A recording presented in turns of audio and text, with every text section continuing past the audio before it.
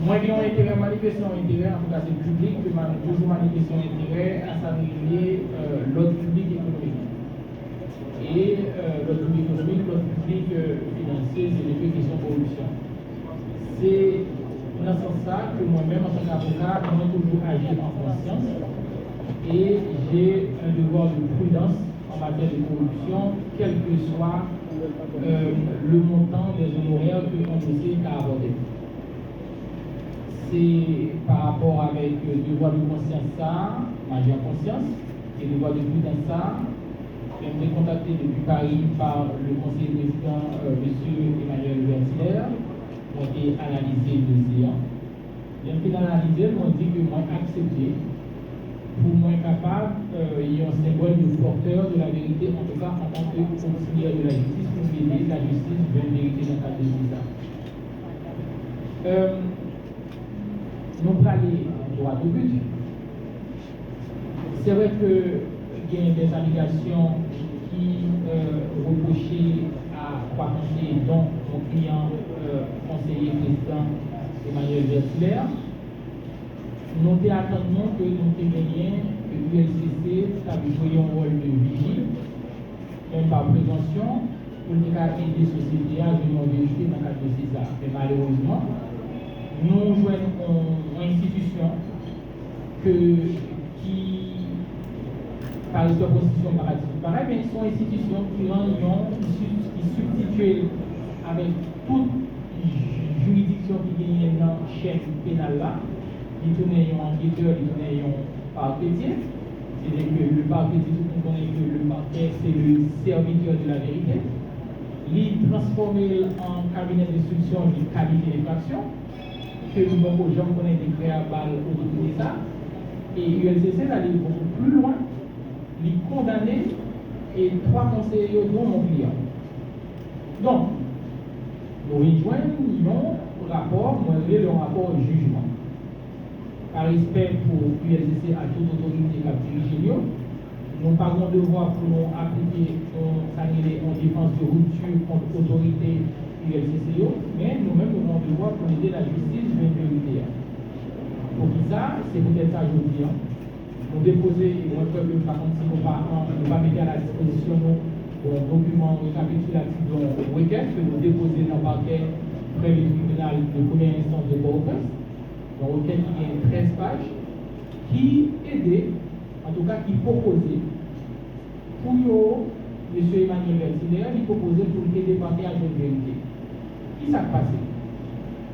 La personne poursuivie, jusqu'à présent que le conseiller président Emmanuel Vertilaire n'est pas encore poursuivi par la justice, il y a une enquête qui a cheminé au parquet. Maintenant, c'est le parquet qui va décider est-ce que lui-même, M. Emmanuel Vertilaire a bien qualité de personne poursuivie, mais à ce jour, il n'a pas de qualité de personne poursuivie. Mais, au niveau de la justice, bon principe, ce n'est pas seulement le parquet en tant que serviteur de la vérité qui gagne pour chercher la vérité en tout. Mounia poursuivant, il doit pour participer, ça veut dire la participation à l'enquête pénale. Il faut le participer, il faut le proposer pour dire, monsieur le commissaire du gouvernement, mais côté pas orienté pour la vérité. C'est dans le cas de ça, nous déposons une requête par le biais de M. Vertilaire, nous déposons une requête par le biais de son conseil, qui c'est moi-même, jusqu'à présent, en moi-même. Nous déposons une requête pour le capable de démontrer le parquet en grosso modo, mais qui point que nous voyons qui a affaibli justice, justice pénale particulièrement. Dans ça, nous relevons, nous faisons résumé, récapitulatif, que nous relevons 5 points. La première chose, c'est que c'est regrettable que l'ULCC et ça sont faits, peut-être que sont faits d'annonce, ils veulent qu'on ait d'annonce, pour côté nous, ils veulent choquer tout le monde. L'ULCC, le directeur général de l'ULCC, était en conflit d'intérêt dans le cadre de ce dossier. On va expliquer qui ça. Ce conflit d'intérêt s'explique par quoi? C'est regrettable. L'ULCC est bon avocat. Donc, pas oublier que le directeur général de l'ULCC, pour qui j'ai beaucoup de respect, il est propriétaire d'un cabinet d'avocats qui est expertise firme d'avocats.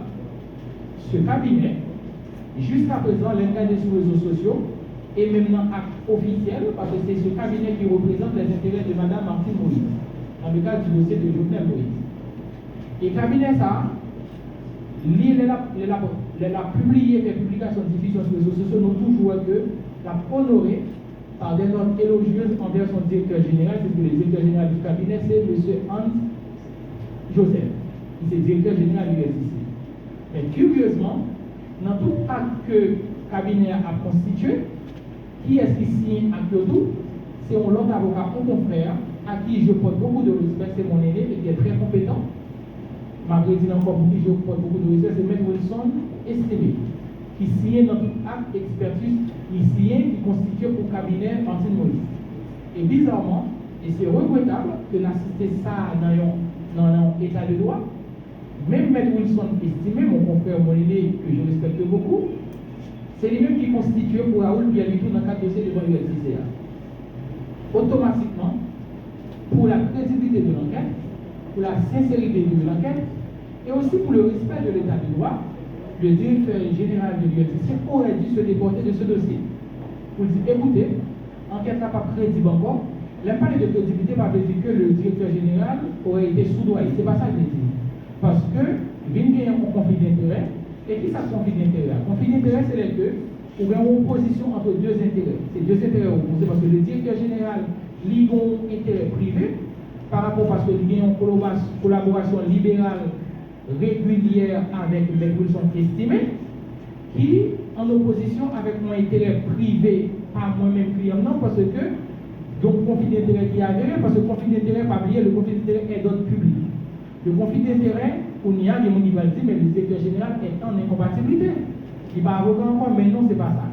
Parce que le conflit d'intérêt, le secret professionnel et le conflit d'intérêt s'étend à l'ensemble du personnel du cabinet. Même le c'était un simple secrétaire qui est dans le cabinet, M. Hans Joseph, en fait, dans le cabinet expertise Kimna, un simple secrétaire. Si simple secrétaire, ça, c'était un proche, M. Raoul Pierre-Louis, automatiquement, M. Hans Joseph, Luc Joseph, est supposé déporter le dossier parce que le conflit d'intérêt avéré. Maintenant, et là encore, en tout état de cause, quel que soit le conflit d'intérêt retenu par le parquet ou pas, de toute façon, tout le monde connaît que le commissaire du gouvernement, l'actuel commissaire du gouvernement près du tribunal de première instance, M. Lionel Constant Boucoin, donc lui représente une garantie pour la justice en Haïti, en tout cas au niveau de la juridiction de Port-au-Prince. Ça me reconnaît la gamme. La comprendre et il connaît, il maîtrise le même mieux passé à Moukayo, la notion de conflit d'intérêt. En tout état de cause, par effet extraordinaire, on a dit que le parquet ne retiendra pas la notion de conflit d'intérêt qui est d'ordre public à l'encontre du directeur général de l'ULCC. L'État décidé, il n'a pas apprécié de dossier à examiner. Et là encore, nous relevons notre fait qui gagne, pas aucune infraction pénale à l'égard de conseiller président Emmanuel Bertiller. Pour qui ça? ULCC lit seulement cantonné dans une observation personnelle pour dire qu'on échange entre Emmanuel Bertiller avec M. Raoul Pierre-Louis. Alors que l'échange ça qui s'allie, on échange personnel, pas aucun problème là-dedans, parce que dans l'échange, on dit pour échange, moi que M. Emmanuel Bertiller te dit Raoul, moi je demande une recommandation pour me capable ou marquer dans cette présidence BNC. Si pas de demande de contrepartie, pas de gagner, pas de corruption. Et moi, le plus loin encore, ULCC, je pense que pour ULCC, en tout cas, pas une expression que là, mais ULCC doit revoir le mode de fonctionnement de l'enquête au niveau de l'institution. Comment ULCC fait dire comme ça que l'apprécier, et c'est grave quand même, n'a pas apprécié le mode d'usage ou bien le mode d'utilisation de la carte de crédit de M. Bertiller. Il y a une carte de crédit qui s'habille. L'obtention d'une carte de crédit, c'est ce qu'on appelle un crédit à la consommation. Dès lors que la carte de crédit est octroyée avec, moi c'est propriétaire de carte de crédit ça. Je vais décider, je dis un seul jour que je prends tout comme la solide, que je vais mon livre, faire cadeau, que je m'acheter avec. Donc c'est grave quand même pour ULCC, il y a un monde qui a un contrat de crédit, que les remboursé, et d'ailleurs, il a été démontré que M. Bertiller, c'est lui qui l'a remboursé comme il était que de prêté. Raoul Pierre lui pas même déposé son centime, mais je pense qu'il a fait complot bien. Il était supposé faire pendant l'enquête là, il a fait Raoul déposer comme sous compte et sous carte de crédit M. Bertiller là. Malheureusement que le complot qui est toujours bon bagage pour faire qui pour qu'on l'a encore. Donc, en résumé pour question de carte de crédit, c'est qu'il s'agit de son crédit à la consommation que le conseiller président Emmanuel Vertiller lui dispose, il a une habilité pour dépenser dans un seul jour.